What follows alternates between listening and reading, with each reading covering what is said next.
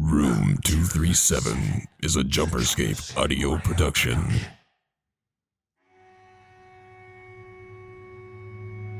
Ah, stranger, we've missed you. Join us in Room 237.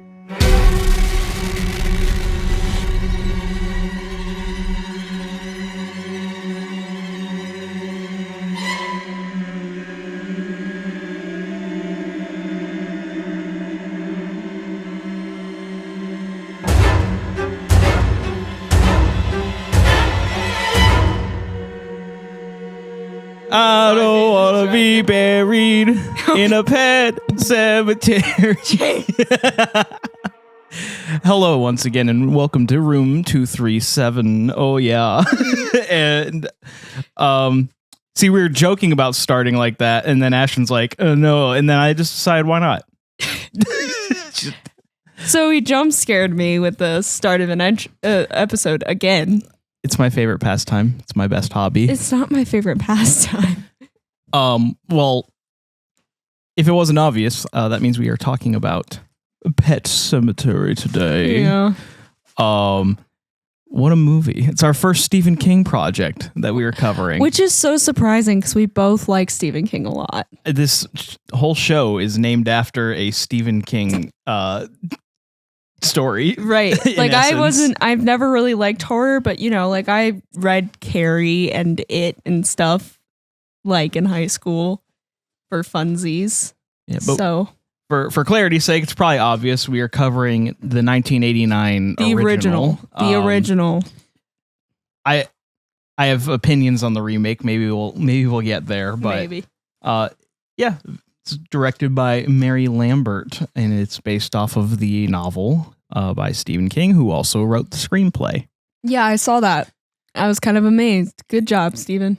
Yeah, and it shows, because anyone who knows anything about Stephen King's screenplays knows they can be a little silly goofy in some areas. Mm-hmm. And this movie definitely has those Kingisms, but it's definitely off the top of my head of the screenplays that he's written, the best one, in my opinion.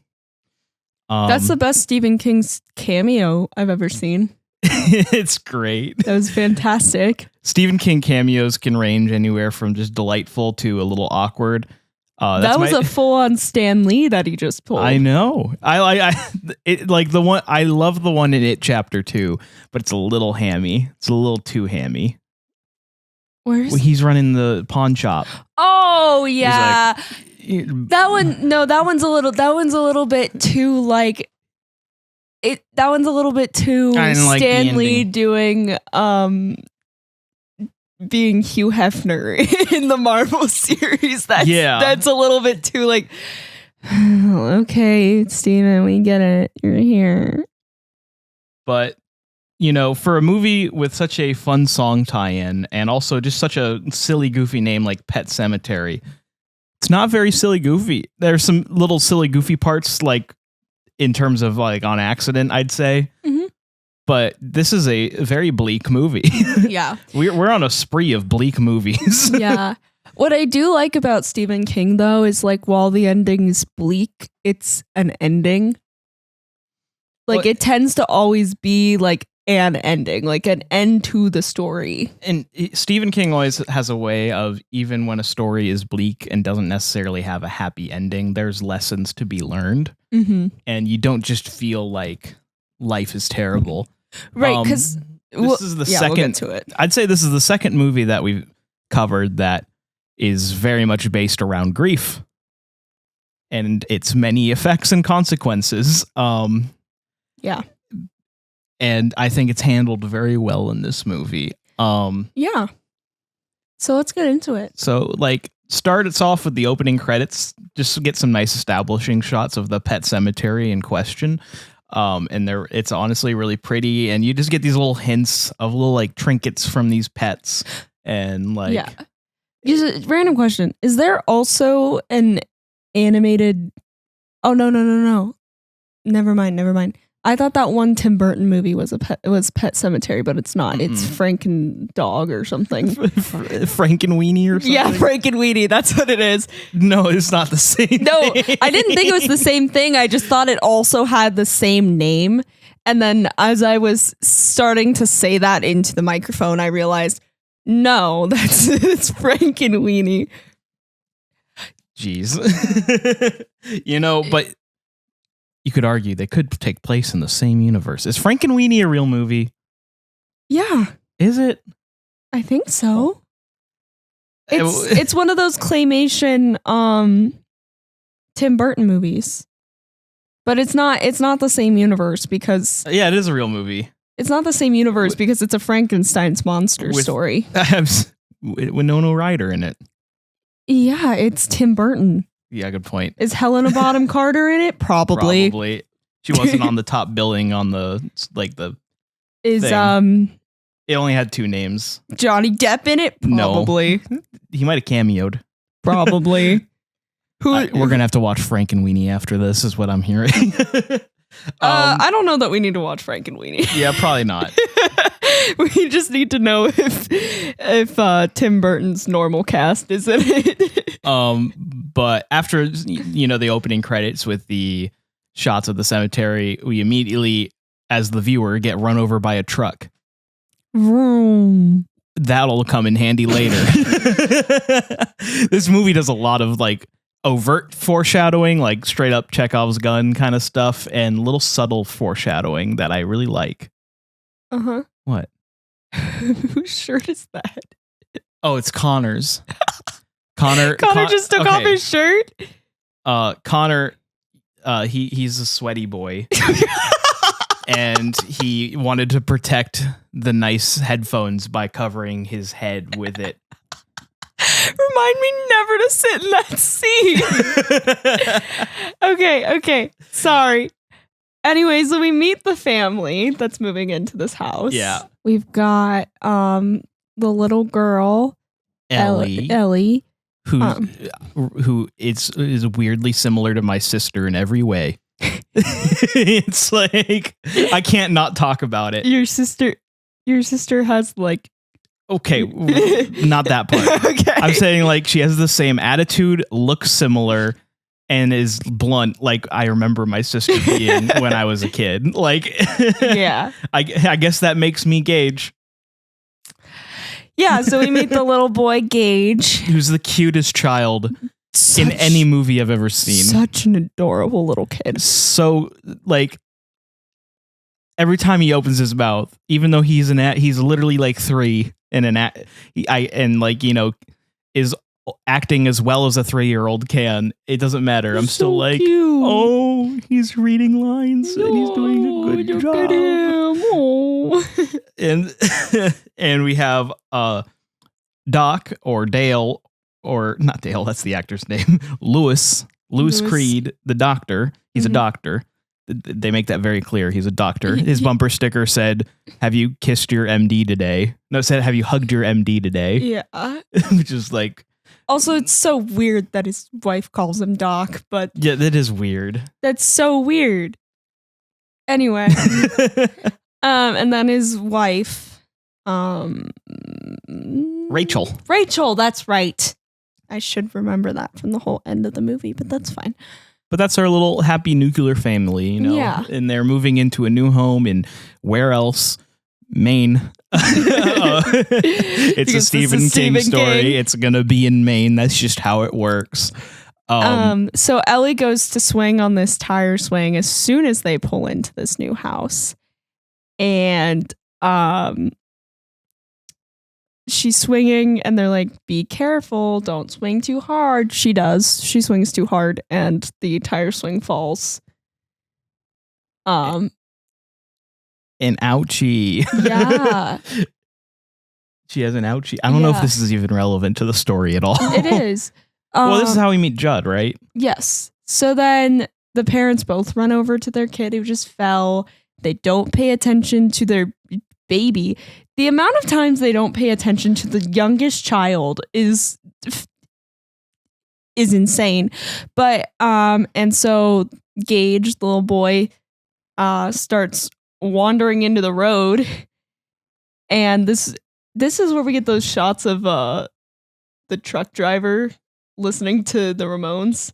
No, this is later. That's later. Oh, that's later. Okay, never mind. But a truck is coming, and the old man across the street saves him. Yeah.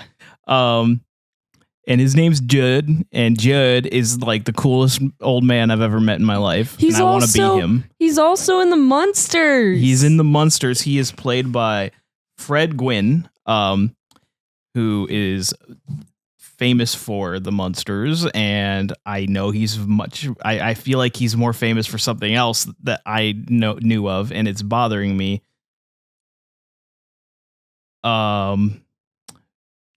Herman Munster. He plays Herman Munster.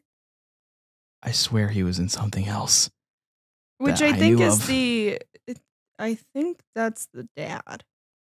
Yeah, that's the dad in the Munsters. He's the dad from the Munsters. Yeah, we have discovered. Which randomly, side tangent a little bit. I randomly was watching the Munsters when I was like in middle school because that's when the Fall Out Boy Uma Thurman song came out, which has the riff from the Munsters theme song in it. You know, the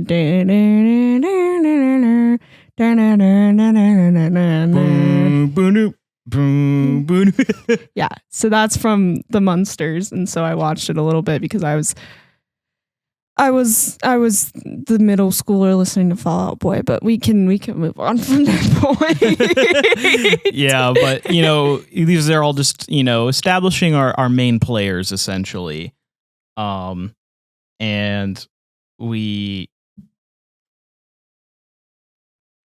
he kind of gives a lot of exposition about like, oh, that road, it takes a lot of pets. That road takes a lot of pets. You should probably get your cat Church, who we met in the trunk, because that's what Gage was doing. He was saying hi to Church. Church. Oh, God, he's such a cute kid. This kid had to learn. I swear to God, this kid had to learn the word church for this movie. Oh, definitely. All he does is when he sees the cat, he goes, church. Oh, because you can tell when a kid just learns a word because of how they enunciate certain parts of the word, and it's the ch that gets me. It's every time I think about Gage, I'm just like, oh, baby. Even though he's a grown ass man now, probably obviously, he is a grown ass man, of course. But Judd is just such a nice guy. I want to be him when I'm an old man. I just want to sit on my porch and drink a Budweiser and be like, "Oh, them woods over there. There's something in them. Something special there. Something special. I'll take you down that pathway," because they're wondering about this weird pathway in their backyard. And he's like, "Oh, I'll take you down. Tell you that story some other day." So yeah, they get settled in, and we meet their laundry woman, I guess. Yeah. I'm guessing housekeeper. Housekeeper, probably, yeah. I forgot her name. You are the one with the IMDb page pulled up. Yeah, her name. My phone's dying. Her name was Missy. Missy, yeah. Missy. I just saw Gage as an actor as an adult in it. And I was like, whoa. So Missy is really weird and kooky, but she's gonna go do the laundry, and they all go out with Judd to see what's down the path.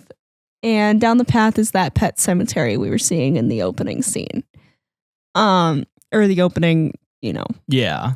And I think it's so cute. Like, I know it's supposed to be like scary or something. I think it's adorable. Yeah, because Rachel's all like, this is sick, a cemetery made by a bunch of heartbroken kids. It's like, and that's what makes it kind of sweet, though. That's what I like, because I'm sitting there being like, well, it is kind of, it's really sweet because it's letting these kids have like that first experience knowing what death is. Yeah, and it's like it's not just like their cat or dog dies and they throw them out or, like bury them randomly in the backyard and they aren't thought of again. They have like a whole special place for them. And now don't even... every Minecraft world I've ever made has a pet cemetery. And yes, it's spelled that way. And like, they even point out there's a goldfish there. So you're not even flushing your dead fishes down the toilet anymore. You get to bury them in the pet cemetery. And it's so sweet. Judd does this thing where Ellie's wondering, like, kind of like, he goes, well, Ellie, you know where the cemetery really is? And she's like, I guess not. And it's where the dead speak. And she steps back in fear. He's like, no, I mean, like, not really speak. I mean, their memories, their words on the stones. Like, and I'm like, it's like, Judd. And I'm like, Judd, that's definitely something I would do. I want to be you one day. That's like my entire thought process with Judd. See, even if I want to be him one day. If I was a kid and I didn't know what a cemetery was and someone said that's where the dead speak, but that someone was Judd, I would not be scared. That man is not scary. Where the dead speak. I'd be like, I don't know what you mean, but okay. I want to one day live with a bunch of land and wear flannels and overalls and drink Budweiser on my porch, damn it. I'm going to probably say this like 30 times throughout this episode. You're going to say it a lot. Yeah, I can't help it. I don't even know when I say this. I've not gotten a read on if you approve of the stream or not. You're not gonna. This is my dream. I want to be like Judd. But, so after this, we kind of see Doc getting a start at his job. And basically, as soon as he walks in, there are people screaming and a kid got hit by a truck. And by a kid, I mean like a college kid. We missed an important bit. Oh. Church is going to get his nuts snipped. Oh, yeah, that's right. Church is getting his nuts snipped, by the way. Yeah, that's how Ellie says it, because that's how Missy, the housekeeper, told her what was going to happen. So she just goes, Dad, is Church getting his nuts cut? Which is weird, because that's how it transitions. Is like he's taking Church to get his nuts cut, and then it just cuts to chaos at the hospital. Well, it's a college. It's not even like a hospital. He's college teaching doctor at the college. Yeah.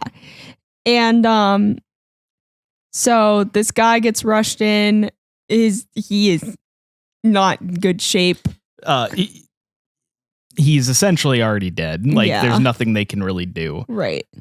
His name is, as we'll come to learn, Victor Pascal. Yeah. And before he dies, he grabs I don't know, I felt the need to grab you when I said that. Your hand is warm, it's okay. Okay. He grabs Lewis and he's just like, he starts speaking in riddles. I forget exactly what he said, but he says the soil of a man's heart is stonier. Yeah. And then he dies. Yeah. And you're like, what the fuck does that mean? Then he says his name. He's like, how did you know my name? It is pretty freaky. Oh, it is pretty freaky. But Lewis he's the good ghost. He ends up being the good ghost. Pascal ends up being the good ghost. He's trying to guide Lewis not to make the mistake that is ultimately being set up for him. So yeah, Lewis goes to go to bed that night and he kind of gets haunted by Pascal, who leads him back over to the pet cemetery and is like, don't cross. He says like, don't cross where the souls, something like that. It's something basically alludes to don't go past that barrier that's in the back of the pet cemetery is a simplified way to because bro literally speaks in riddles like half the time, except at the end of the movie he stops caring. He's like, you have to come with me now. He's like, he was trying to be dark. And you know what, that's probably how I would be if I were a ghost. Like I'd be like dark and mysterious and like ghosty at first, and then I would just give up because no one would understand what I'm trying to say because my riddles are go. Just be like, no, don't do that thing. The thing that you are doing right now, stop doing it. Don't do it again. Stop. Pretty please. I know. Cherry on top. Yeah.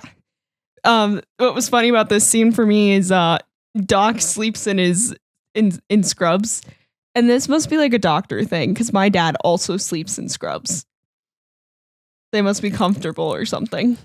Oh, like They're I mean, like they his kind of just look residency like scrubs. they kind of look like they could pass for pajamas when you think Those about were it. scrubs. I know they were. I'm saying scrubs look like they could pass for pajamas at the time anyway. Yeah. I just thought that was funny. And also it's not a dream sequence. He walks out to the cemetery. Man does not stop for a second to put on shoes. Mm-mm. No. I said, dude, put on some freaking shoes, my dude. Because he thinks he's dreaming. Even in my dreams, I put on shoes. I've never put on shoes. I've never even had a concept of shoes in my dream. Really? Yeah. Oh, I put on shoes. Dream shoes. I put on dreams in my shoes. But he kind of lays down in the woods because he's like, I want to wake up. I want to wake up. I don't want to be here. I don't anymore. like this dream. This sucks. I want to wake up. And he wakes up in his bed and he's all like, "Oh, it was a dream." And he moves the sheets. His bro has the filthiest dogs I've ever seen in my life. His feet are fucked up. Like they are so dirty. The bottom of his scrubs are muddy. Like if anyone's ever been on Pirates of the Caribbean in Disney World, that one pirate who's hanging his dusty ass feet off the bridge, that's him. That's what he looks like. The one that you go under and you're like, please don't get dirt water on me, good sir. Please don't get dirt foot water on me. Dirt foot water. Try my new beverage, dirt foot water. Oh my God. But you know, now it's Thanksgiving. And Rachel's taking the kids with her to her parents' place. This is where we get the kind of unnecessary plot element of the in-laws hate him. Yeah. Which I guess I'm sure it's necessary in the book. It's just in the film. It's very. I think it's just more added. Yeah. Grief and pressure. Yeah, because I that feels like a Stephen King subplot. Yeah, it does. It just feels like one that normally gets cut out of a movie. Like there'd be a whole chapter about why they hate him and like, you know. Yeah, it's like we don't really know. You start the chapter with we're gonna leave and my in-laws hate me, and then it goes through this whole, and I have this memory of and you read 100 pages of why his in-laws hate him. And it's so confusing because like I'm wondering why they hate him, because in my brain, like from what I see, it's like he's a, you know, handsome doctor who can afford to support his family. Okay. Like, I haven't read this book. I think I'm going to now, just so I know what this actually is. My theory, they don't like doctors. Why?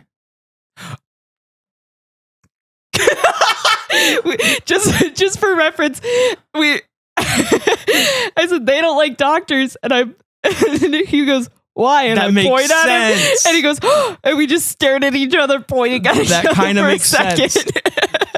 Okay, for film motivation, that makes sense. Like that makes sense.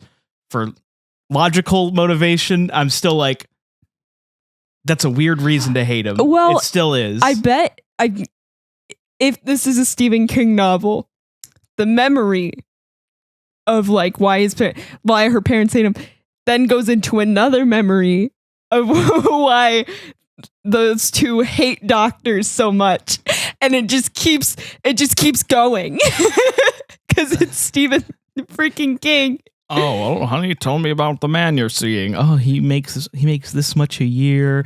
Here's his picture. He treats me like this. It's like, oh wow, it's wonderful. He's a doctor. Bastard. Like, yes. Yes. Oh man. But while they're away at the in-laws in Chicagoland, as they put it,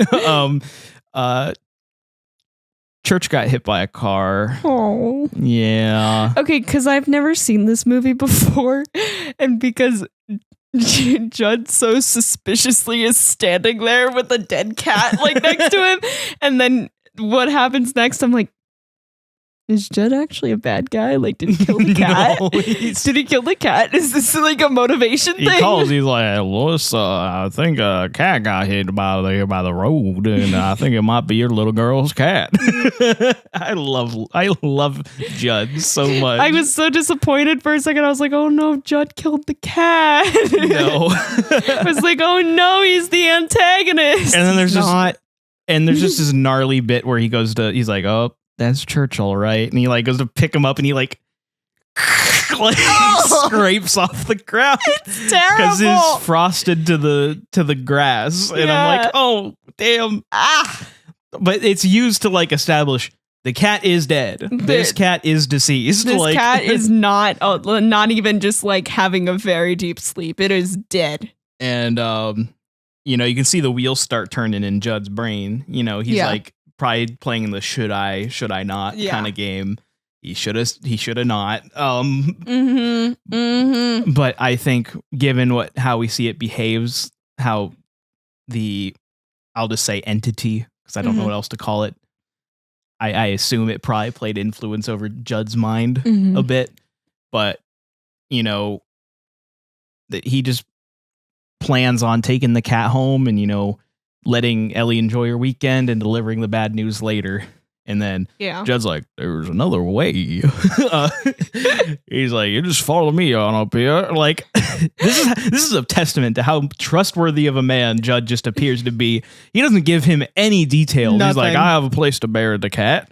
Like, well, to be fair, if I were Doc, I'd be assuming like, oh, the Pet fucking cemetery back there. Yes, we can bury the cat in the Pet Cemetery, Judd. We get it. Like, yeah, but he follows him. He's like, well, we just gotta go up past there. And he's like, well, no, we'll fall and break our necks. He's like, well, I know the way because my dog Spot. I did my dog Spot, and but we saw where he buried Spot. That was supposed to be like a thing because, like, I remember. I was just referencing there. Spot because I don't think we brought up. He's he does say that. He does say he's been up there. He does say he buried Spot there.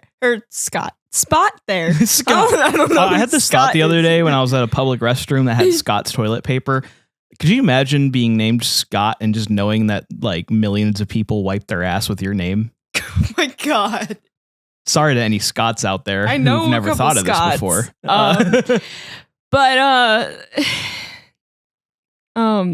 Yeah, because I'm sitting there going, no, Spot's buried in this Pet Cemetery. He's in the middle. Like, you showed us where he was. Why, But then Judd Kate takes him on his journey where he keeps going like, well, we're almost there. Yeah, we're almost there. The scenery just keeps changing. I'm like, how far are they walking right now? The best is when it cuts to like literally a cliffside and they're like scaling a cliffside. He's like, well, we're almost there. He's like, are we actually almost there? I meant at that time. Like, it's right over here. And we see this giant like burial ground. It's a like old Native American, what were they called? Mammoth? It's like Mammoth or something like that. Some Mammoth tribe, I think. Basically, it's he doesn't give him any details. No, he's just like, bury the cat here. You have to do it by yourself, though. One buries their own, like, and we see that the soil is stonier up here. Yes. Oh, yeah. Wait, that's another thing. Judd says that later. Yeah. When they're on this journey, he goes, well, the soil of a man's heart is stonier. This is what happened. So, like, it takes him for freaking ever to bury this cat. And then they all, because it's like sort of, the sun is like, it's afternoon and then the sun's going down. And then it's dark, and then it's even darker by the time he's done burying this cat. And then they waddle on home. Like, and that shows you how hard the soil is it's a cat. You don't have to dig that big of a hole, Right. It still took hours, presumptively. But as they're heading back, Judd like turns and like basically says the longer version of that quote. Yeah, because he's telling Doc to keep it a secret.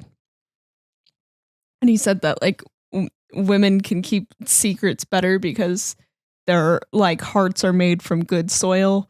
So they're able to absorb and grow, whereas men's hearts are made, or like grow new things, whereas men's hearts are made of stone or rockier soil. Yes. Yeah. Man tends to it, like, yeah.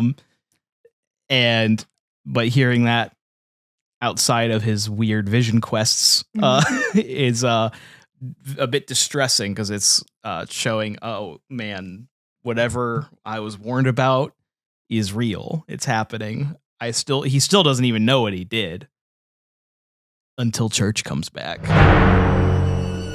Stay close, stranger. The room awaits you after these messages.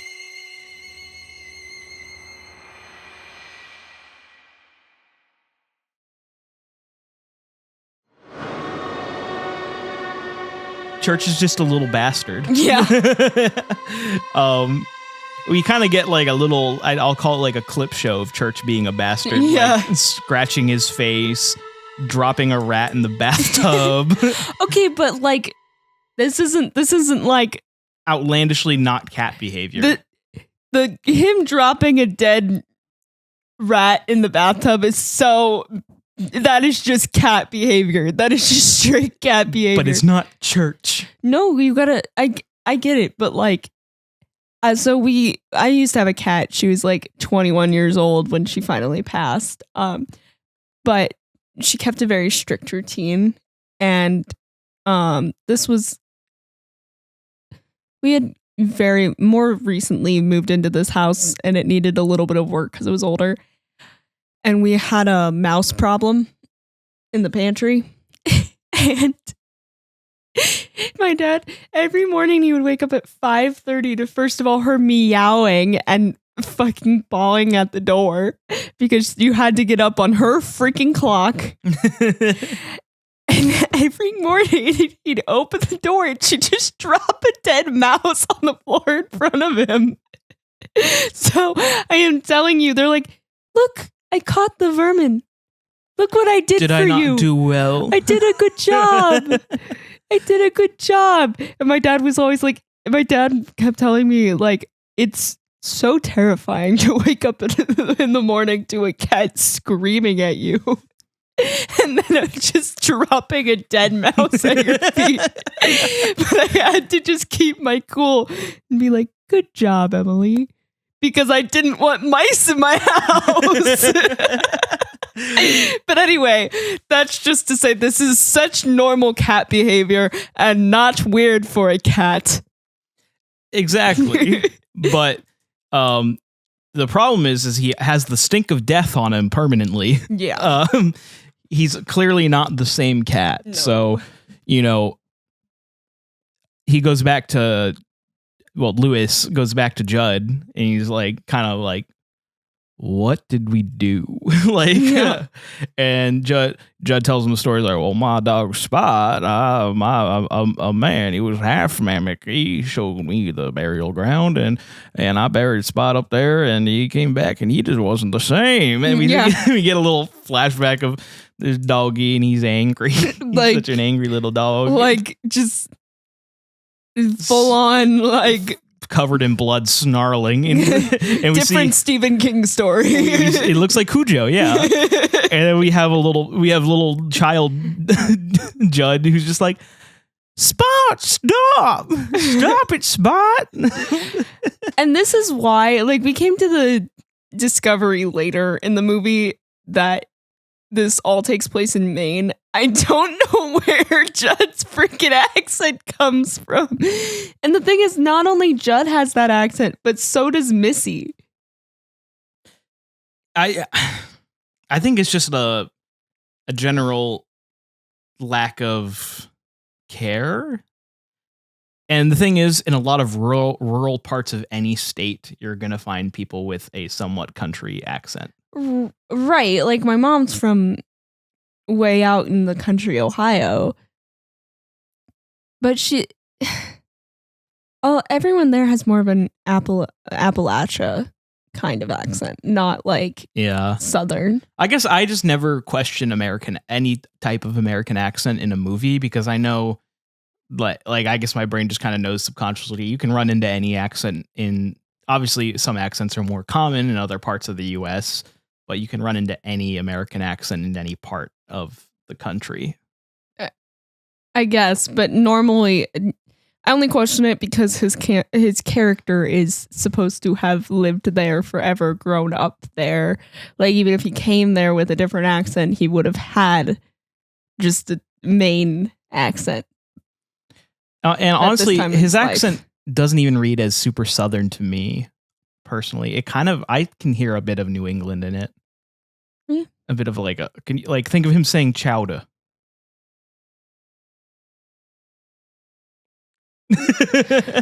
I mean, I guess so, but the same goes for like Southern people. Anyway. And we're getting way off topic. Sorry, it bothers me. But,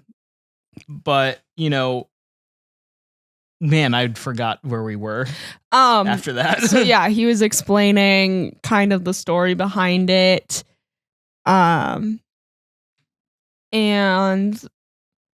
this is where we randomly get Missy writes a note and then hangs herself. Sewer slides. Yeah. And it's like never mentioned again. Oh no, it is. Because they go to the funeral. Yes, they go to the funeral. It's meant to be the first run-in with death for Ellie. Yeah. Because Ellie's like, almost, is Missy gonna go to heaven? Yeah, because it's like supposed to be like kind of showing us that Ellie was, oh my gosh, it's a trade.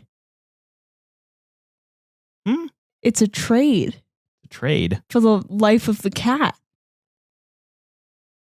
Ooh, that's an interesting theory. Because what I'm thinking here is like basically what it showed us in the movie is that even if the cat didn't die, like even if he just let the cat be dead and buried the cat in the pet cemetery, like she was going to run in with death either way. Yeah. So there was no point to bringing the cat back to life. Oh, okay, yeah. I see but that. Then I'm thinking about it, and her suicide just seems like out of nowhere and like just kind of just. I think it shows her as a bit loose or unstable. Stephen King, if you're listening, can you please clarify? Can you clarify if it's what did a trade? You mean by that? Can you clarify if it's a trade? And if I'm the first person to come up with this, can you tell me if you think that's a good idea? Or you don't have to. You can just say, "Oh yeah, it was a trade the whole time. I totally came up with that." But this kind of leads to a pretty nice scene, and we see that Lewis actually has a very healthy perspective in concept about death, because he tells Ellie, because Ellie wants to know more about, like, do you life after death? Is that real? What happens? And he basically says a lot of people believe a lot of things. Some people believe in heaven and hell. Some people believe in reincarnation. But he explains it as coming back as a baby again. Like, some people think that it's just over. And this conversation it just made me think, like, I never had a question like about that. Like, I never had to have a conversation like I just this. knew what death was. It kind of just happened. I think it was because of being raised in the church. Every Easter, we would celebrate, we would talk about someone dying and then coming back to life. And like, we would talk about eternal life. We would talk about the kingdom of heaven. Like, it's so weird, but like, death was such a natural part of life. And I feel like, not that you have to be raised in the church or raised through religion. That's not what I'm saying. But I'm saying, like, normalizing death is just a part of life and not like waiting to have a conversation with your kid about it. It's not like a different like birds and bees talk you should have to have. Yeah. Like, just, like if you're in the scenario where your kid is like presumably what, like 8 or 9 years old, and she doesn't fully understand what death is yet, you probably should like talk to her. Yeah. 'Cause that's at an age where you should at least have a concept of there's an end. And, you know, maybe that's not something that you even have to, I mean, you're going to have that talk with your kid, but it's not going to be that late in life anymore because kids have one, like, you know, we grow up in schools that, I mean, when I grew up, I just knew I could go to school one day and someone could shoot up the school. And I had to know what the concept of death was for that. Gee, what a buzzkill over here. Sorry, but I'm just saying, and like, you know, media and video games and all of this stuff, this didn't exist like the way it does nowadays. So kids weren't just like accustomed to the concept of death. And I guess that's not an issue we have anymore because kids just see it all the time. It's a consequence of the modern age, I guess. Yeah, that's so weird. Sorry, wild train of thought. Yeah. Totally went off the rails there, but I just made me think. I mean, that's kind of what we're here to do is random trails of thought relating slightly enough to the movie. Yeah, I mean that's the point of this movie. It is. The point of the movie is to get you thinking like this. To think about death and how we react to it. Yeah. We're getting there to where this is much more apparent. I'm trying to keep the vibe at the same level throughout this whole thing. So I'm starting down really low right now so that when we get there in the movie, you're already there and it doesn't feel that bad. Yeah. But this leads to Rachel recounting her memories. This comes out of absolutely nowhere. Oh, yeah. Absolute nowhere. Zelda, her sister with... no, we skipped the funeral. The talk about what happened at the funeral. Oh, just you talk know, about Stephen death. King. Oh yeah, Stephen King was the priest at the funeral. Yeah. But we already talked about the scene after the funeral. So yeah, I just wanted to mention again. Okay. The cameo. I'm sorry. I'm sorry. Also, there was like no one there. To be fair, we've talked about it like 4 times already. Anyway. Yeah. Also, there's no one there, and that makes me kind of sad. There was like 4 of like outside of the, you know, our main family, there was like 4 other people there. And that's also where we get Judd makes a mention of Rachel being sick and not being at the funeral. Yeah. So that's where we kind of learned something's up with Rachel. And we also learned that Rachel has a sister named Zelda who had some kind of spinal disease. I forget what it was. Oh, I know this one. I knew the disease. While you're looking it up, I'll keep expositioning. But this is why we said maybe it's because he's a doctor, because she, as a child, had to care for this sister that they all just wanted to croak, that they shoved in a back room as like an embarrassment, you know. Spinal meningitis. Spinal meningitis. Oh, that is something. And we get to see her like feeding Zelda in this flashback. She really just kind of rambles off the entire backstory of Zelda. I feel like the book probably had a lot more time for this. Mm-hmm. But we see that like Rachel is so uptight about death because she was traumatized by death, mm-hmm. and her reaction to it. So that's why, like, I love that this movie just covers so many different reactions, mm-hmm. so many different forms of grief, because this form of grief is probably the most disturbing when it is like when you are waiting for it and you kind of like that weird cognitive dissonance of like, because like she kind of goes on a tangent where she's like, you know, like, it's not because we didn't want her to suffer, it's because we wanted to stop suffering, you know, and I was happy. I think I was laughing. I feel like she probably I feel like her guilt probably made up half of that. Mm-hmm. Because in the flashback, you don't really see any of that actually happening. You don't see her like looking happy about it or smiling or laughing like she says she remembers. But basically that's a source of Rachel's trauma, and Zelda is a scary. This is very scary. Yeah. Not on my list, but I know Zelda is on a lot of people's list of childhood trauma media, because this movie weirdly was a lot of childhood horror movies, because I think a lot of people hear the name and don't know what they're getting into, and they just watch it with their kids or something. Yeah.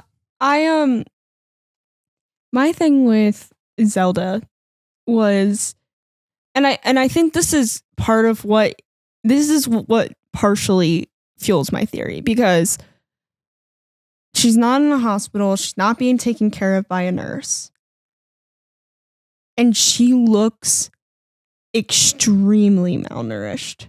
Not only malnourished, but like she hasn't seen sunlight in.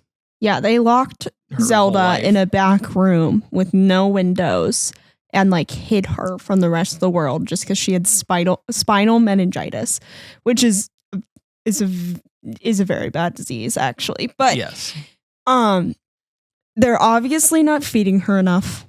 They're obviously not doing anything to treat it. They're just waiting for her to croak, essentially. And I was just like, is this like supposed to be is this like Hollywood like kind of going crazy on what spinal meningitis is? Or my thing is, I think they weren't feeding her. Like, I think whatever that slush they gave her was like not even close to enough nutrition. No. And I think it's just upsetting, because honestly, the sad thing is stuff like this has happened. Mm-hmm. I'm willing to bet it still happens. Oh yeah, it definitely does. But it was very commonplace, especially like in like, pre modern age. Mm-hmm. I can't really give a time range. Not then, really. Not then, really. But like this is like the 80s. I'm saying like going like the 20s and back. Yeah, this is like the 80s. So when this flashback is happening, it's probably like the 50s.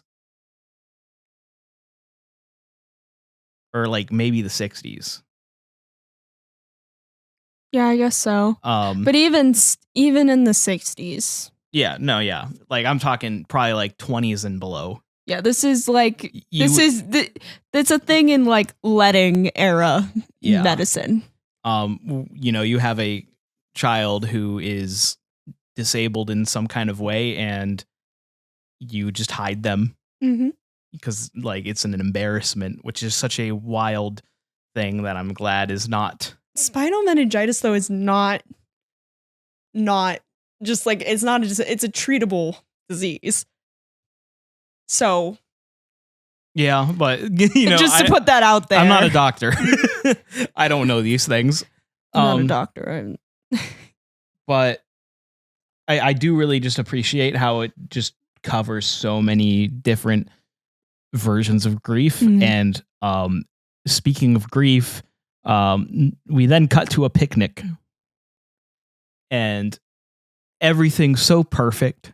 They're flying kites. Oh no! But the thing is, we're between the picnic food and kite flying. We're also getting cuts to this driver of one of those big red trucks singing some Ramones, being distracted driving, and unfortunately, Gage loses the kite. He loses the kite. They're like, oh no, he lost the kite. And why do they turn around? They turn around to just like start talking or something. Yeah, they turn around for just a second, and Kite starts chasing the kite, and it's just this whole scene is basically every parent's worst nightmare. Well, as soon as a kid drops a kite thing like that, like if I did that as a kid, like my parents are going to pick that up. Oh yeah, it's frustrating, but at the same time, it's just a mechanism for the film to get where it needs to be. It's bad, and that's the thing that is very important to the story.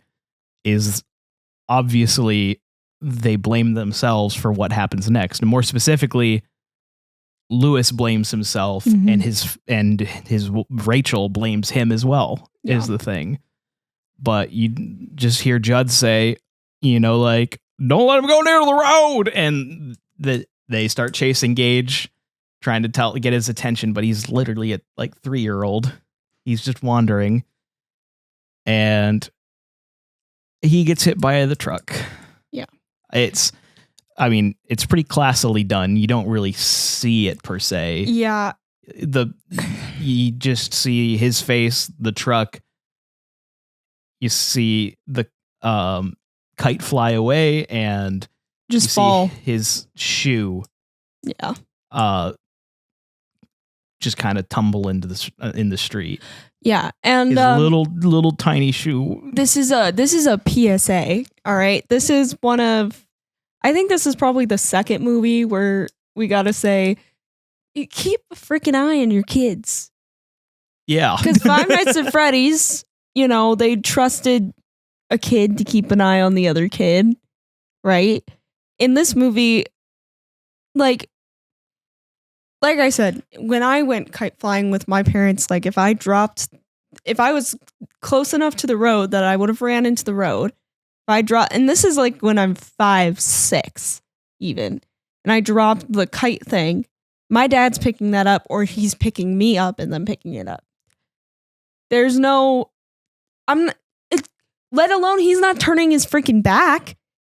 Like, you gotta watch your kids. You gotta keep an eye on your kids. A 3-year-old is gonna go chasing straight after that kite. And they've established how dangerous this road is. We already saw the foreshadowing of Gage almost getting run over by a truck the first time. Like, I would have seen that and immediately had a fence built. Like, I just remember when it almost happened at the beginning of the movie. Ashton was like, "Oh, thank God!" And I'm like, my first note of the entire movie is "Thank Christ for Judd." And I'm sitting here like, I knew it was coming. I knew it was coming later, but I didn't want it right away. Okay. Well, because you got to show Gage being cute for a long time to make it hurt harder. But like, even after that experience, you'd think they'd have a closer eye on Gage after he almost ran into the road the first time. You'd think so, wouldn't you? So yeah, this makes my list. Keep an eye on your fucking kids. Zelda was played by a man, by the way. That checks. I just randomly read that. That checks out. Are you sure that's not just her voice in that one bit of a scene? I'm reading it right now. Okay. But yeah, if you decide to have Spawn, keep an eye on your Spawn. That's irresponsible if you do not keep an eye on your Spawn. That was the most detached way of ever saying that if you make the personal decision to have a Spawn, keep an eye on your Spawn. What? Sorry, I had to put on Redditor real quick. Actually, keep an eye on your spawns, please. I hate when they run into my table when I'm eating alone.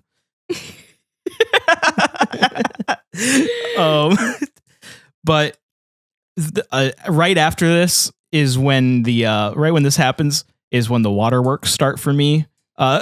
I can't handle grief, not like this type of grief of parent losing child in movies. When it's done well, it instant waterworks for me. Yeah, I can't handle sad dad is how I put it. Because as Lewis is screaming in the street, it starts flashing a bunch of pictures of Gage growing up, and then it cuts to a bunch of pictures on a table, and we have this really gushy thing where Ellie comes in with a picture of her and Gage in a wagon, and she's like, "I'm gonna hold it with me," and Judd's like, "That's really nice," and I'm like, "You're such a cute kid." Yeah. That stuff hard. Yeah, for sure. And then it shows Ellie's misunderstanding of the lessons that she was taught. She's like, I know that God's going to let Gage come back. and it's all falling apart. But the decision is made that the family is going to go live with temporarily just to get out of that house. They're going to go live with the in-laws, at least. That's the plan hatched up by Lewis. Because and Gabe's funeral's in here too. Oh yeah, I forgot. Gage's funeral is not very good. Because the father-in-law in question, who hates doctors, decides this is a great time to start screaming, look what you did, you killed him, it's your fault, in the middle of the funeral. And then punches him in the face. Yeah, and then punches him in the face, and when Lewis tries to literally get up, he just tries to push him off of him.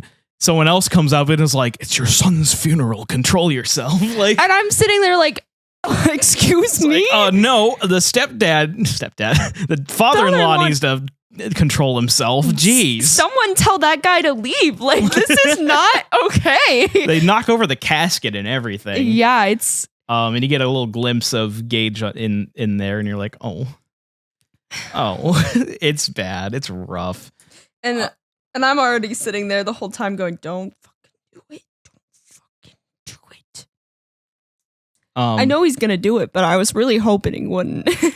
Also, another fun fact, this was actually filmed on location at the actual part of Maine as the book. Oh. It's just random. Very cool. I think that's neat. But yeah, so they're gonna split up for a little bit, and the rest of the family thinks it's so Lewis can, just get the house ready to be vacated for a little bit. Mm-hmm. But really, it's because he's having some bad ideas. And so Judd kind of senses this, and so he tells him the story of, hey, someone did this before, and we had to burn the body, the kid that he buried back there, because they don't come back the same. It was a World War II vet who came home right after the war and died in a car accident on his way back. And the father was so grief-stricken that he decided to do it. And basically, he came back as a zombie, essentially. Yeah. And he's violent in trying to kill people. And he's just also begging to be killed is the other thing. So when they go to burn down this house, the kid is like, no, doesn't he say dad don't want live? Yeah, dad don't want live. And he's not letting dad get out of there. Well, dad's trying to get him out of there too. Right, but he doesn't want to leave because he doesn't want to be alive. So they burn in the building, and Judd says it 3 times in the story. Dead is better.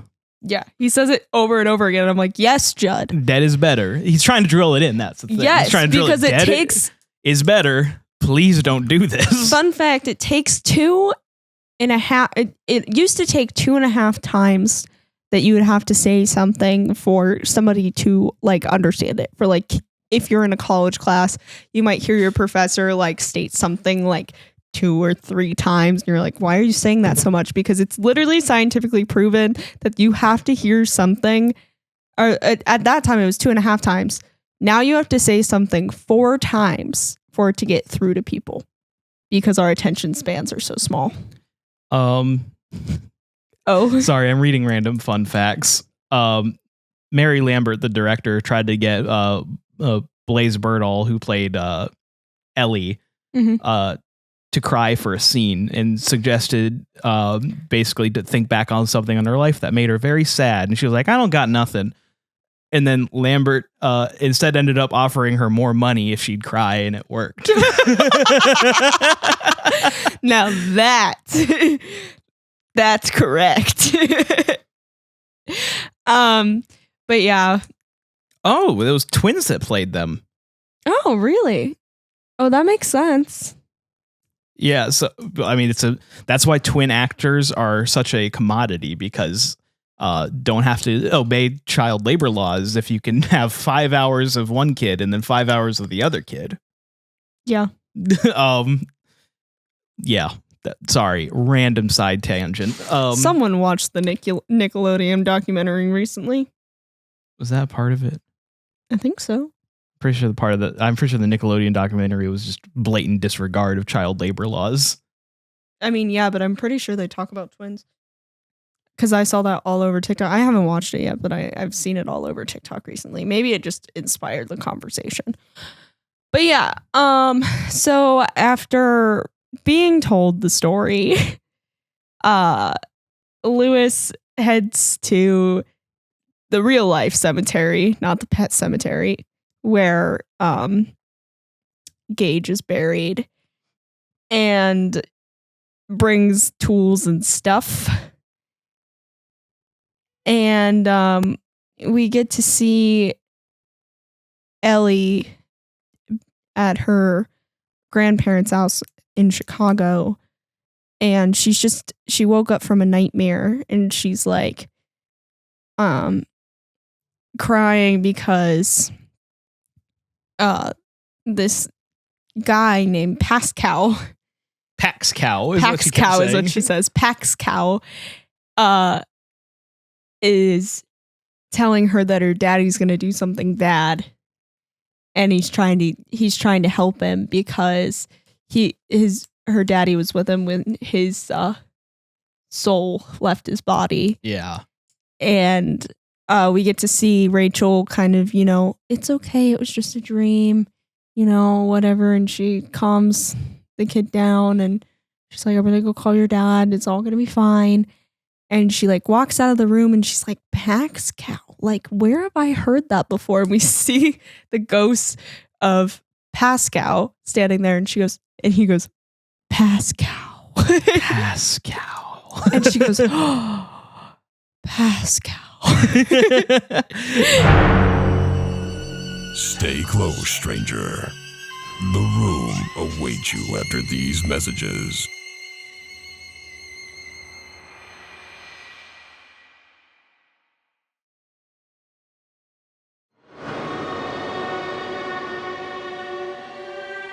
I love these scenes where Pascal is with her, like telling her things, but she can't see him. Right. And she's just like, it's like just ultimate suggestion, Yeah. Like, also, quick side tangent. Ellie has the shine. That's just it. Mm-hmm. That's what it is. You haven't seen The Shining yet, so I won't like get too into anything. But Shining is basically premonition. Stephen King's version of like being psychic. The premonition. Yeah, it's premonitions. It's seeing ghosts. All that. I figured that's what it was. And so, what's the little boy of the shine in The Shining? Yes. Okay, heard. And I wonder if a ghost told him that. It appears like the shine appears in a lot of different Stephen King like stories, and this is one of them. I don't know that for sure. I'm just guessing. But she definitely has premonitions. So. I just like that world building, that Stephen King's whole world is the same universe. That'd be pretty freaky. It's true. It is. How do these things keep happening in the same world, and some of them in the same years? Well, like I haven't read The Dark Tower, but The Dark Tower like explains how all this stuff is connected. Like the Overlook's like in it, and Pennywise is like referenced, and like. Oh, that's ooh, Steven. Not you MCUing your own universe. The Stephen King universe. Do we get a crossover episode? I think there is one. Actually, I think there is one. I think characters also like get mentioned and show up. Yeah. I know. I feel like one happened in It. Because I've read that one. I can't confidently say. Okay. But after you said that, I like recalled like the Hulu series Little Rock, if that's what it's called. I forget what it's called. It's a Stephen King like written story. There is this one character. I forget her first name, but her last name is Torrance. And I remember like watching. like halfway through the season, she's just driving. She was like, yeah, like my uncle, like he killed his whole family. Like, and I'm like, he tried to kill his family and like died in the like, and like it's Jack's niece. Yeah. Like, I'm like, oh, that's kind of neat. Yeah. Now she's got crazy shit. I kind going of on. like recall like different random Stephen King characters like making appearances in different my dude. My dude. Anyway. Where were we even in the story at this point? So it's it kind of goes a million miles an hour at this point, yeah. And so we see while Rachel comes to the realization like, oh crap, like something is actually happening here. We see Lewis start digging up his son's body. This makes my list as well. I would not dig up my kid to then rebury my kid in ancient burial ground in the attempt to reanimate them. I wouldn't do it. This is just a bad idea. It's just a bad idea. Oh, sorry. I was looking for something. I was looking for confirmation on a fun fact I had that I wasn't finding in here. And I just found a picture of Gage's actor, Miko Hughes, just holding a copy of the book, like making a funny face. Very cute. But yeah, so we're getting flashes of him like going through the motions of digging up Gage and reburying him. And all the while, Rachel tries to call the house, doesn't get an answer, knows he's not in the house. She decides she's going to go home, so she goes upstairs to get her stuff. And when she goes upstairs, or no, it's not that. She just like decides to leave, and then we're getting more flashes. And then we see like this vision of her going upstairs and seeing the room that Zelda was kept in, and going in, and Zelda basically saying like, I'm gonna get you, which is where now I get like, now I see that she was a man, because she does turn into this she gets like a man voice at the end, and it's really creepy. Basically where she just is threatening Rachel, and you know, Rachel wakes up on the plane, and Pascal is standing there, and sitting behind her, and he just kind of like smirks at her.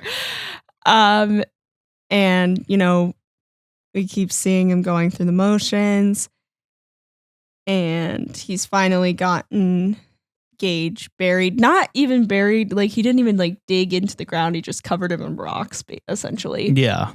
And then, you know, she must have to make a second flight or something, because she lands she gets to the airport, and he gets the person to keep the gate open another second. Yeah. It's such a fun little scene, because she goes to close the gate. He just goes, nope, you don't want to do that. and she's just kind of going, trying to close the gate. And, you know, Rachel runs through, and she gets back home to the airport, and there's no rental cars left. He's just like, how about that one with the scratch, the giant scratch on the side? And she like, goes, oh, yeah. I have the one with this giant scratch on the side. Like, one just came in with a giant scratch on the side, and she's like, I'll take it. And we see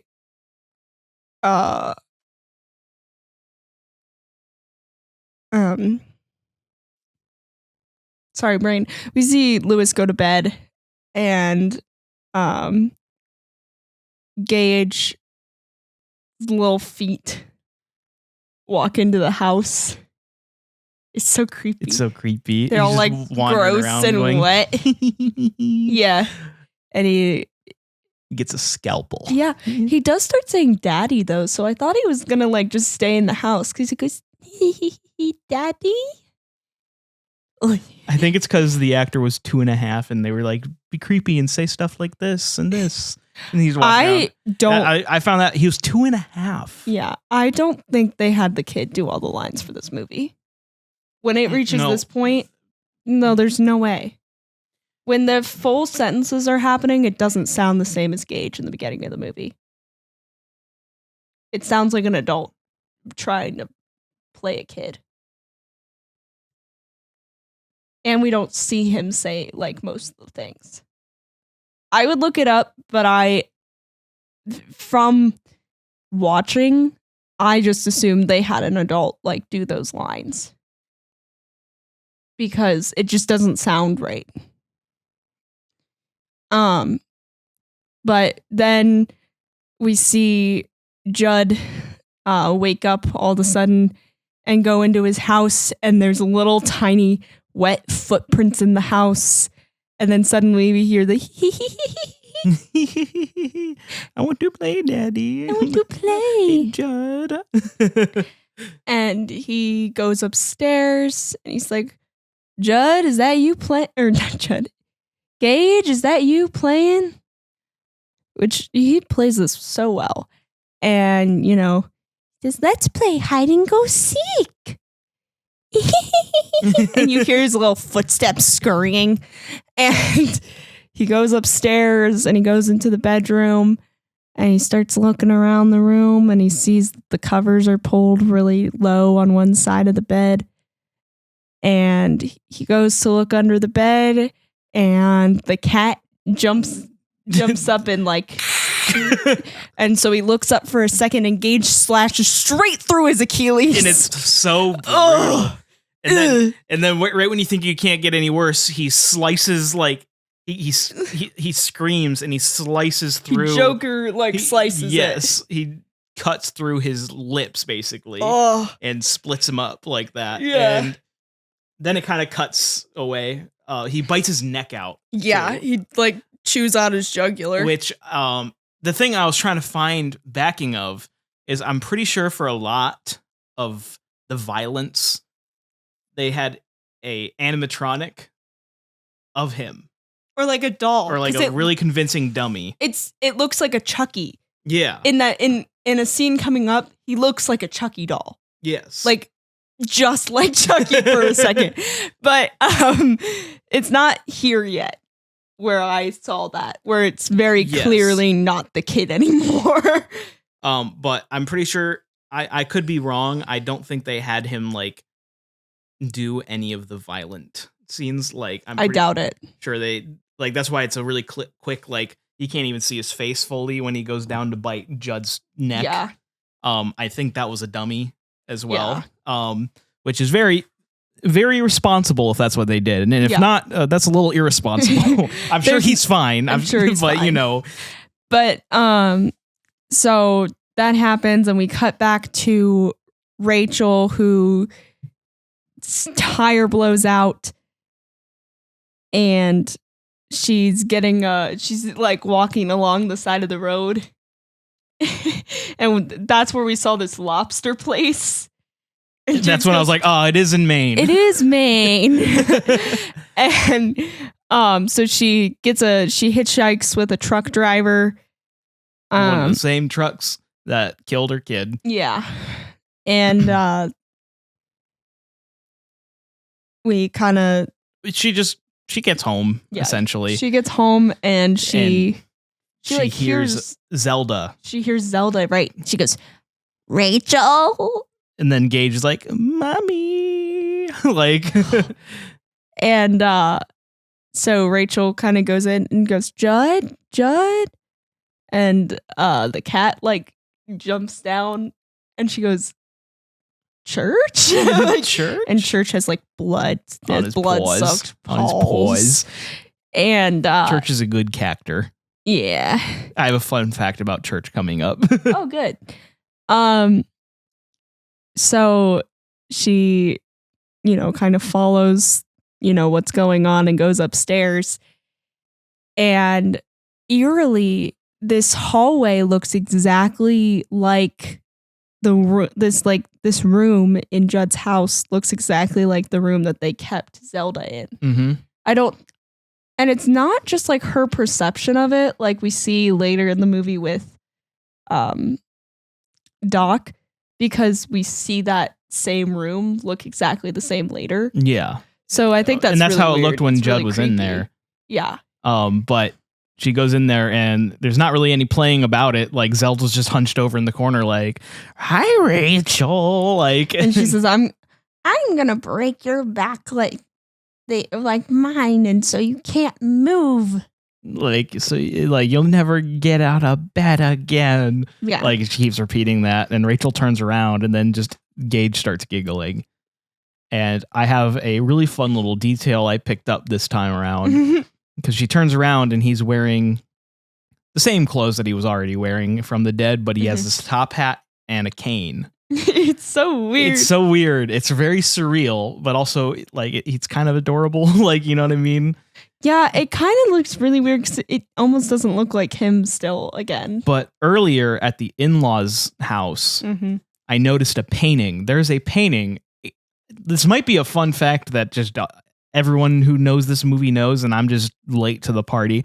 There's a painting of a small child in that exact outfit with a what I only assume is a Russian blue fur cat hanging out. It's literally Gage in church in the painting, pretty much.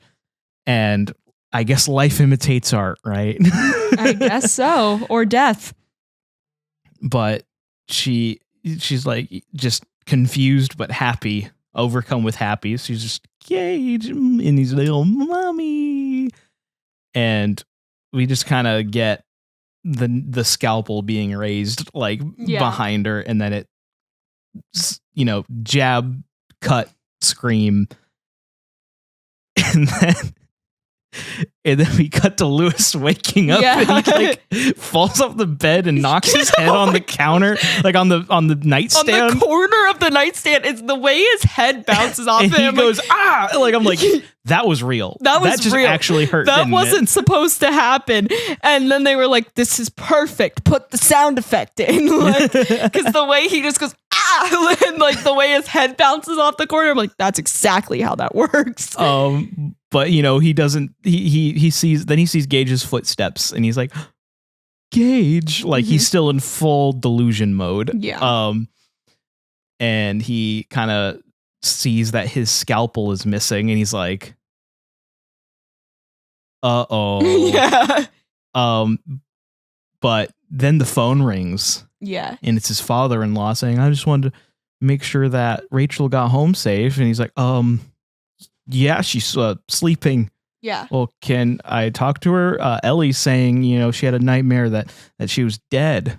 Yeah. And she's erratic. She's going crazy. Like, you know, it would really help if she could talk to her. And he just hangs up, basically. He's like, "I can't do this right now." Boom. I can't talk right now. Yeah, and Boom. then the phone rings and he goes over to answer it, and it's Gage, and he's just like,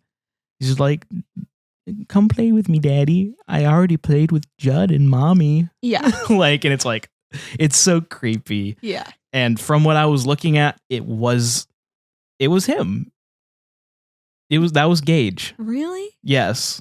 It doesn't sound like a kid. I think it's because for a 2.5-year-old, I think he was doing a really good job because he was being directed different. They're probably telling him, "Oh, be scary."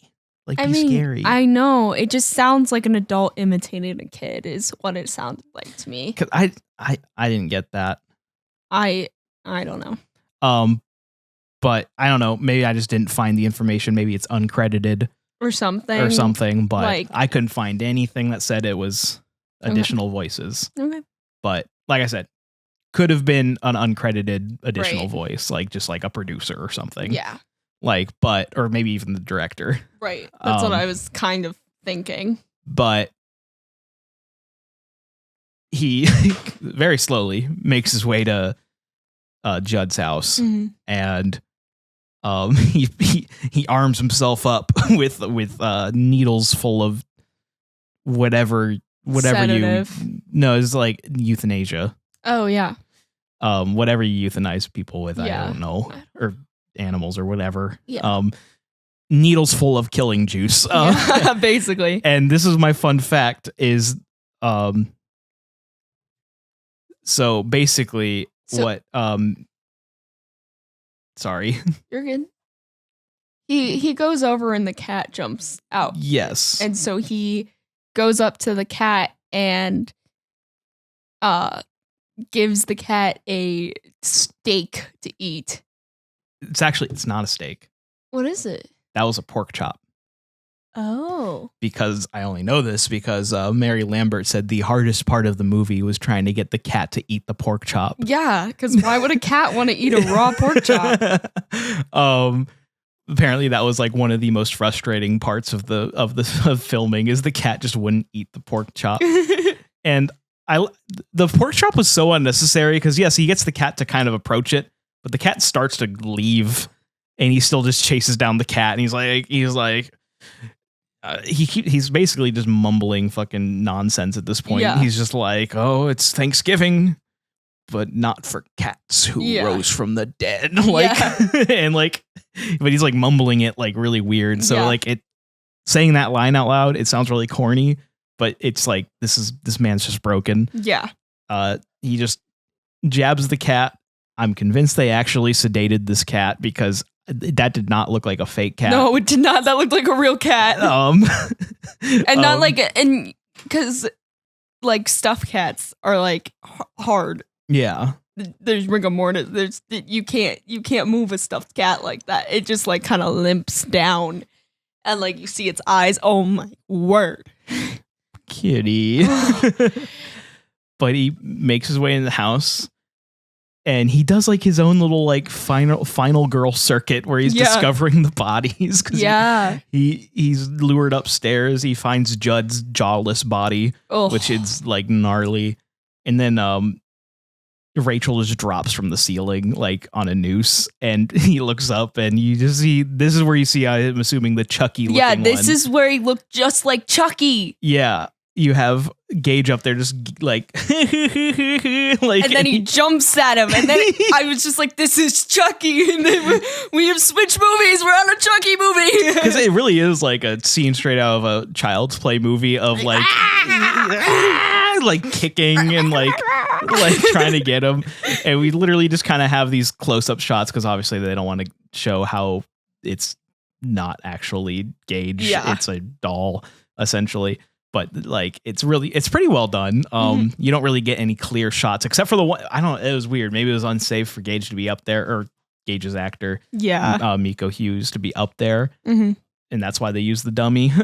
But it's a good dummy. It just looks like a Chucky doll, though.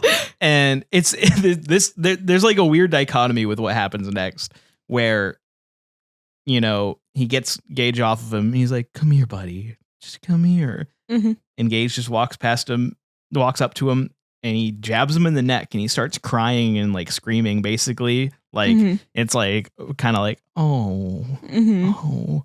But as soon as the jabbing's done, like Gage just kind of like touches his neck and he goes, "No fair." Yeah. "No fair." And then walks away, just saying "no fair" over and over again. And then slumps over on the wall and dies. Yeah. But he has he's such a talented little 2-year-old. Yeah. Because he's like looking up at the camera all like, like with such a grimace expression. Yeah. And he's full lost it now. Yeah. Lewis is gone. You know, he's just full nutso. Well, he's not sure if Gage is going to come back from that, so he's got to burn down the house. No, what I'm talking about is his behavior. Because you see him pouring gas cans all over the house, making sure to get it on Gage, which, and he sets the fire up, and it, like, you can see they're like, "All right, we're done with the doll, burn it." Because you see Gage just catch fire, and you're like, "Oh God!" But he's carrying the body of his wife. He's carrying Rachel, and we see Paxcow one more time, and he's just like, "Don't do it, don't buddy. do it. Don't do it, buddy. You already saw what happened. Don't make it worse." And he's like, "Well, you know, the difference is she just died. I waited too long with Gage. That's why it didn't work." Yeah. Like, and I thought in this moment, because I knew it was Stephen King, I knew he wouldn't just like let everything go bad and like have the one guy live. Like that's a very horror movie thing to do, is like everything bad happens and then the one person lives and it kind of all gets blamed on them. Yeah. You know what I mean? Where it's like that kind of not really a happy ending, but kind of a happy ending. I knew that wasn't going to happen with Steven, and it was pretty relieving. So I thought here he was going to go try to talk to Pascal and that a truck was going to hit him. Which would have also been a fitting That would have end. been fitting. I kind of like that idea. But what just ends up call me happening- Stephen King. What ends up happening, it's probably better. No, kidding. I'm shocked and appalled. Yeah. There's not much to say, but he takes her to the pet cemetery. Mm-hmm. And I think that's the end of dialogue for this movie, he because sets an alarm to wake himself up when she's going to get home. and oh my God, she is, because we don't get a good look at her body Yeah. until this moment. She walks in, like half her skull is showing. Yeah. She's oozing blood and weird, like yellow Like pus. And like, she's just like, hi, like, and they start making out. Ugh, it's gross. Like he definitely got that pus in his mouth, and it. Ew. Oh yeah, he like, he looks like he got a big scoop of it. Like, Oh, don't do that. but she grabs a knife, starts raising it, and then boo doo doo doo doo doo. Pet Semetary by the Ramones starts playing, and it's like, wow, that I don't want to be buried. it's so funny because this movie's so bleak. I'm wondering if that was intentional to lift the mood immediately. My life again. Also, did they only make a deal with the Ramones for this movie? Is I that the assume only so. people who have music in it? Because when I heard this song for this movie, I just kind of like assumed that, you know, the movie was going to have a whole bunch of different pop culture like music in it. And I was wrong. The only songs that are in it are Ramones songs. So I guess you got Stephen King loves the Ramones. no and he had a shit. heavy hand in this movie. Yeah, no shit. But yeah, that's Pet Semetary. It's definitely one of my I need to cry, so let me watch a movies. Mhm. I didn't need to today. It just, I was scrolling on Max trying to think of what to do, because we were originally going to do Just a different movie. a different movie, which we will probably Yeah, we just get thought to we later. thought this one movie was on Shudder. We were wrong. It's not even out of theaters yet. And yeah, so we did. So I was scrolling around on Max, and I was like, "Yeah, Pet Semetary," and then I was like, "Oh no, I'm gonna cry, aren't I?" You didn't cry that hard. We got a little distracted. You didn't really look at me though. You didn't cry that hard. I didn't like ugly cry, but No, you just kind of let like a few man tears drop. It wasn't that bad. it's because I was trying to hold it together. We also got very distracted right at that point in the movie because because basically a cat pooped and it was really It gross was really smelling. bad. But you know, how many red speeding trucks out of 10 would you give this movie? Good God. Overall, I liked the movie. I'm gonna give it like a solid 8 red trucks. Yeah, Not they're the all kind red. with not the kind with the Christmas tree in the back, you know. Yeah. but, like, you know, big semi trucks. I would give it. I'd give it an 8.5. I feel like I'm an 8.5 man for so many movies. It's like my favorite. I really like this movie rating. You know, like I can't quite give it a 9, but I feel like an 8 is too low. You know, but honestly, that's how it goes. But unfortunately, we are running out of time. But I'd like to once again say thank you for joining us. No Q&A today, unfortunately, just because we're on a bit of a time crunch. I swear we'll hit it next week. No worries. It's coming back.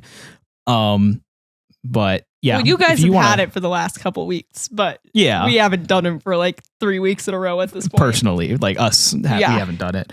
But yeah, If you want to put your own questions into the Q&A, of course, remember discord.gg/Jumperscape. If you want to submit any of those. And if you'd like to support us on Patreon, you can also go to patreon.com/Jumperscape.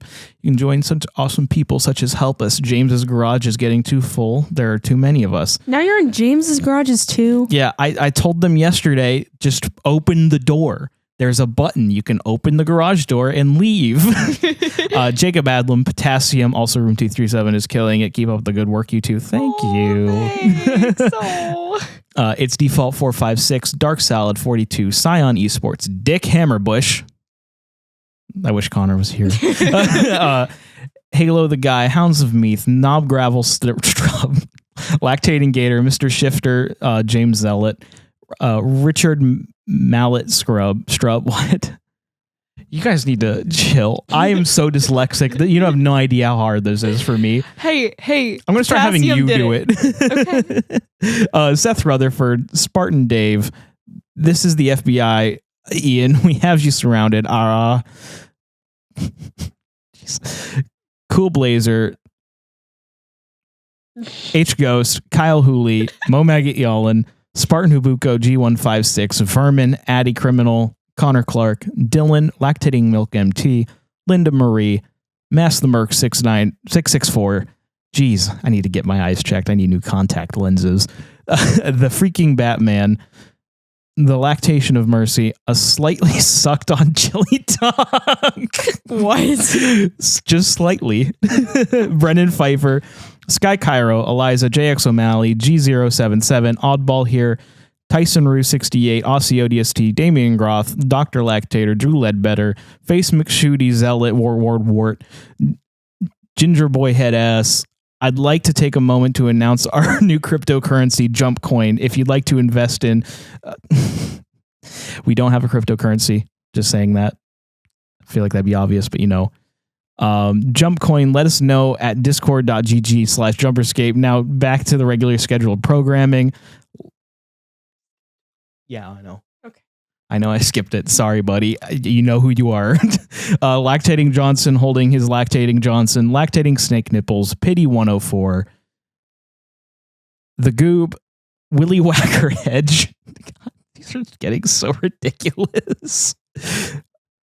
Wraith Connor. I'm the Wraith you saw last night. Extretian. Zenji.